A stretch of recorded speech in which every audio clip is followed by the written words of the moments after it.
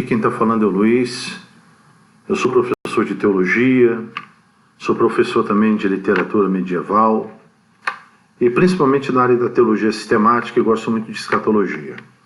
Bom, hoje eu quero analisar com você um ponto de suma importância a respeito da grande prostituta, e não somente da grande prostituta, mas quem carrega a grande prostituta. O porquê do aparecimento da grande prostituta no cenário apocalíptico? Por que ela tem que aparecer? Qual a importância dela nesse cenário? Qual é o papel que ela desempenhará nesse cenário? Por que ela é chamada a grande prostituta? Bom, eu não vou ler o texto bíblico, você poderá procurá-lo no livro do Apocalipse, capítulo 17, versículos de 1 a 8. Mas eu quero encetar, eu quero começar da seguinte forma. Por que o poder político e o poder religioso, eles são tão importantes?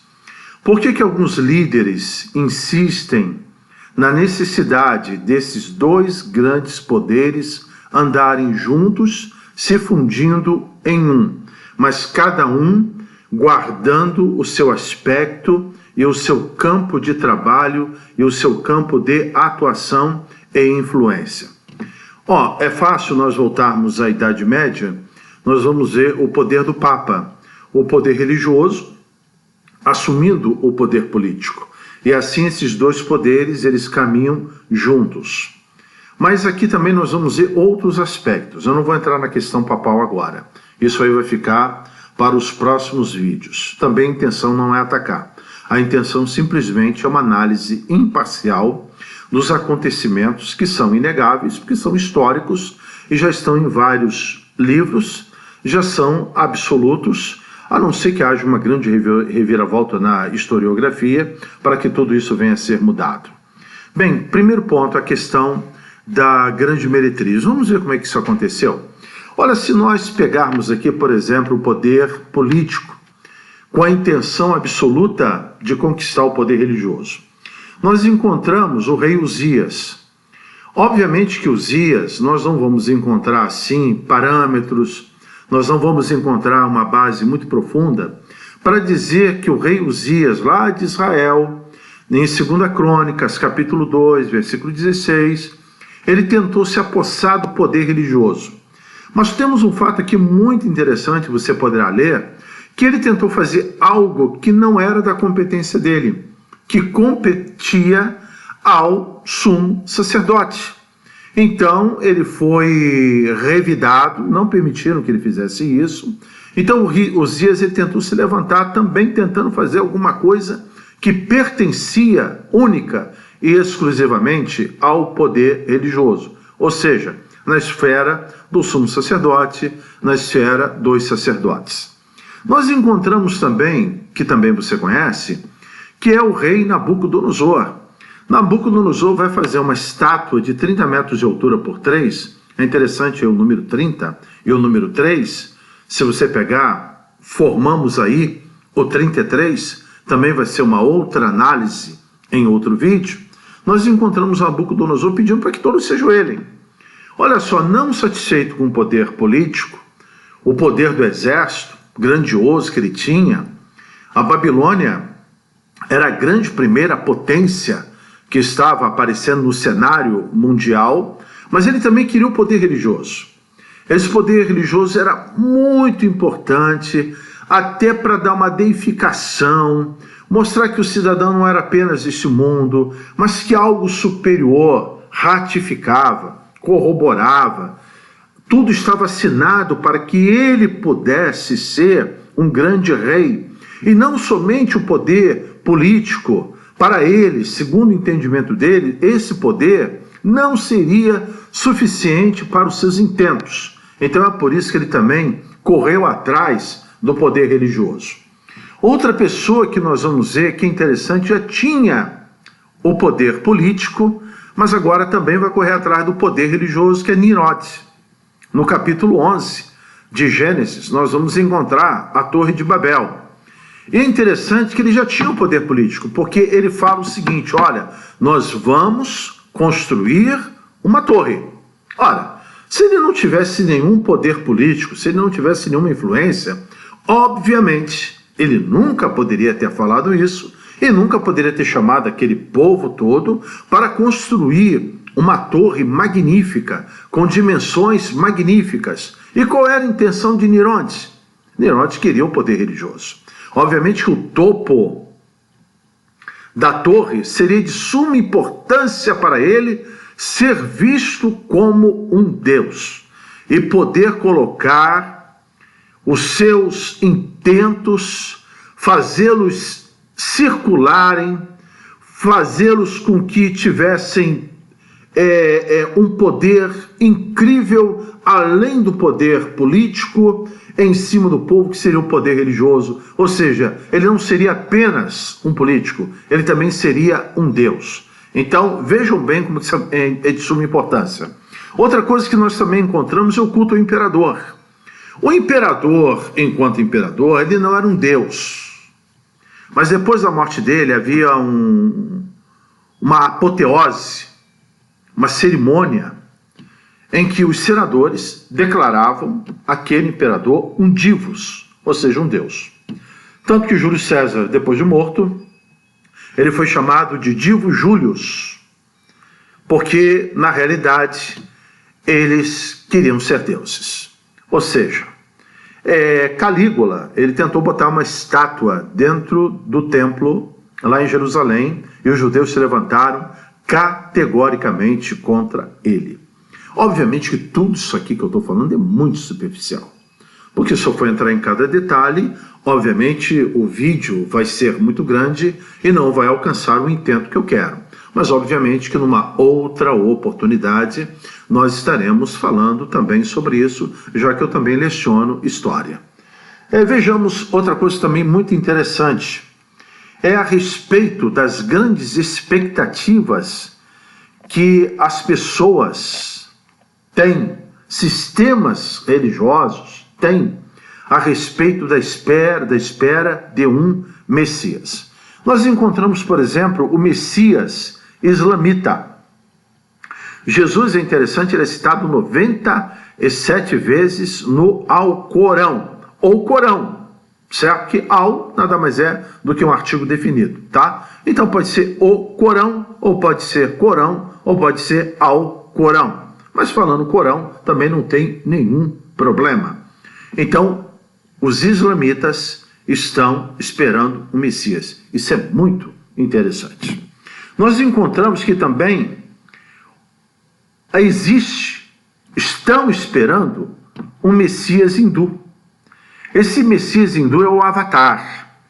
E é interessante que ele vai aparecer num cavalo branco. Vocês já viram isso? Já viram alguma coisa que vai acontecer na próxima Copa do Mundo? Isso é muito interessante você prestar atenção. Então, existe o Messias hindu. Existe também a expectativa de um Messias budista. Olha que interessante. Esse Messias budista, ele vai estabelecer um reino ideal, um reino de paz, um reino de prosperidade. Alguma semelhança com o anticristo? Ou melhor, toda a semelhança. Nós também temos o Messias shintoísta. Esse vai ser um grande dirigente religioso. Ou seja, a grande prostituta, ela vai ter que autenticar o anticristo, já que as religiões esperam um líder religioso. Então, além de ser um líder político, que ele vai ser um líder político, a ONU vai dar poder para ele, outras instituições darão poder para ele, muitos presidentes que são chamados de reis lá atrás, agora são presidentes, obviamente, não são reis. Isso aí nós temos que modernizar, temos que botar no nosso período contemporâneo. Então vejam bem que isso é uma autenticação do poder dele, do anticristo. É a mesma coisa o Messias islamita, o Messias hinduísta, o Messias budista, o Messias shintoísta, é a mesma coisa. Então, para os shintoístas, lá no Japão, ele vai ser um grande dirigente religioso. Então é por isso que ele tem que estar com o poder dele também dentro da grande prostituta. Aí você vai me perguntar, o que é a grande prostituta? A grande prostituta, depois do arrebatamento da igreja, vai ser a união de todas as religiões. Vai ser um culto ecumênico, pensamentos ecumênicos, atitudes ecumênicas. Obviamente, eu não sei se esses cultos, eles terão orgias, prostituições, serão verdadeiros bacanais, será? Algo que acontecia de uma forma muito clara, de uma forma muito patente, na época daquele que é considerado um dos anticristos, o imperador Nero, que a sua primeira experiência sexual foi com a sua própria mãe, e depois mandou matar a sua própria mãe, que segundo Cesare Cantu, na sua história de 32 volumes, História Universal, ele fala que era uma mulher, Agripina, era uma mulher lindíssima, maravilhosa, tanto que depois da morte dela, ele mandou despila Nero para ficar vendo a nudez da sua mãe, a beleza da sua mãe. Então ele vai ter que ter essa grande prostituta que é a religião universal, que não tem nada a ver com o cristianismo autêntico que alguns estão vivendo. Porque nós já estamos vivendo um cristianismo que já está adulterado, que já está misturado, por já estar enfraquecido, por ter perdido realmente os grandes focos que Jesus Cristo colocou para a sua igreja.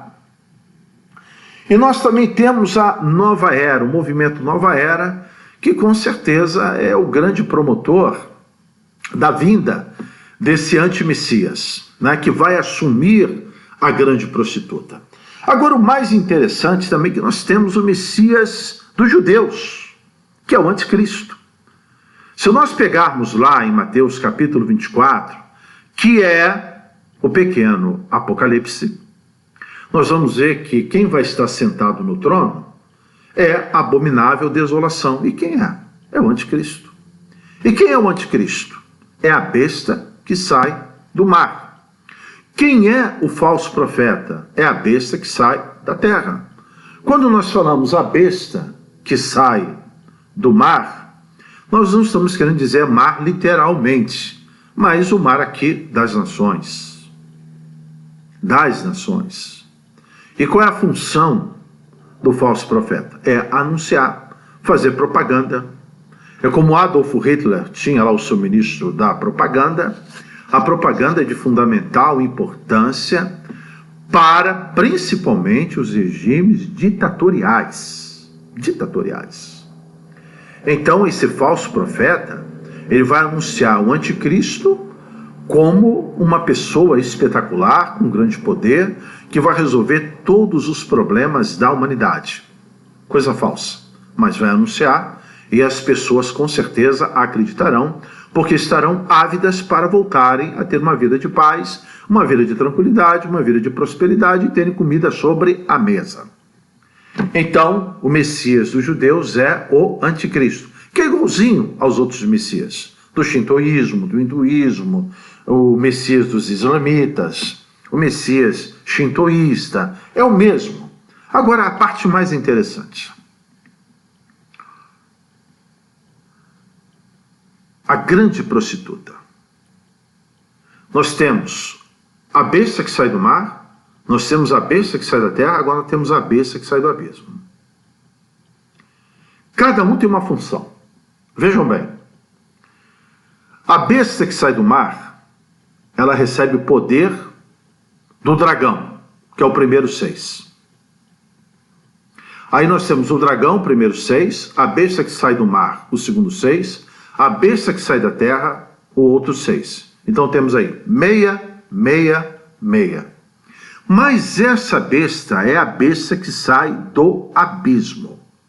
Ou seja, é um grande demônio, com grande poder, provavelmente um príncipe, que vai sustentar a grande prostituta. Tanto é que ela está montada nele. Então ele é o sustentador desse movimento religioso, ecumênico, falso e satânico. Assim, o Apocalipse capítulo 17, versículo 8, é uma denúncia para aqueles que ficarão sobre a terra, é uma denúncia, é um alerta, é um guia, é um mapa para a proteção. Prestem atenção, para a proteção.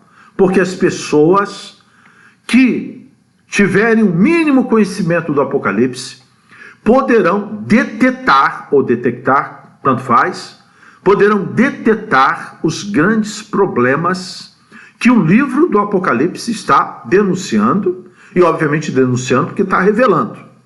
Então, o grande propósito dessa grande prostituta é dar uma base, além de blasfemar contra Deus, dar uma base de sustentação ao anticristo. E para isso vai ter o poder de um grande demônio, que é a besta que sai do abismo.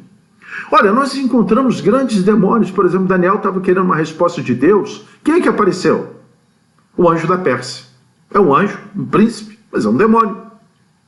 Nós temos aí, por exemplo, também o príncipe da Grécia. Antes do Império Grego existir, o príncipe da Grécia já estava trabalhando. Satanás deixou bem claro quando ele falou para Jesus: olha, se tu prostrado me adorares, todos esses reinos te darei. O cosmos, sistema político. E Jesus Cristo não falou absolutamente nada, que é verdade. Então Satanás, ele trabalha com o cosmos, ele trabalha com o sistema político, e aqueles demônios, aqueles príncipes já estavam trabalhando, mesmo antes da Grécia se transformar numa grande potência, na época de Alexandre o Grande da Macedônia, que teve como professor o grande filósofo Aristóteles. Então a função da grande prostituta, baseada, montada num grande demônio, poderosíssimo, muito poderoso, é dar sustentação ao anticristo.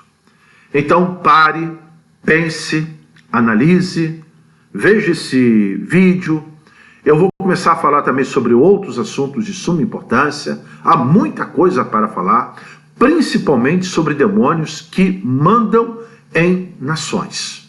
Os próximos vídeos nós vamos falar sobre isto. E pegue lá Apocalipse capítulo 17, versículo 8. E você vai ter uma ideia muito interessante daquilo que eu estou falando. Eu espero que isso tenha ajudado você. Eu espero que isso ajude você, que você divulgue esse vídeo, que você se inscreva no nosso canal, e você sempre nos acompanhe, nos dando força. Não temos nenhuma outra intenção a não ser divulgar aqui no canal Saiba Mais, divulgar os conhecimentos que o Senhor Jesus Cristo tem nos dado. E há também muitos outros canais também muito importantes no YouTube, que você também possa acessá-los, para que você aumente o seu conhecimento e que você propague, que você venha disseminar esses conhecimentos. Um abraço para todos.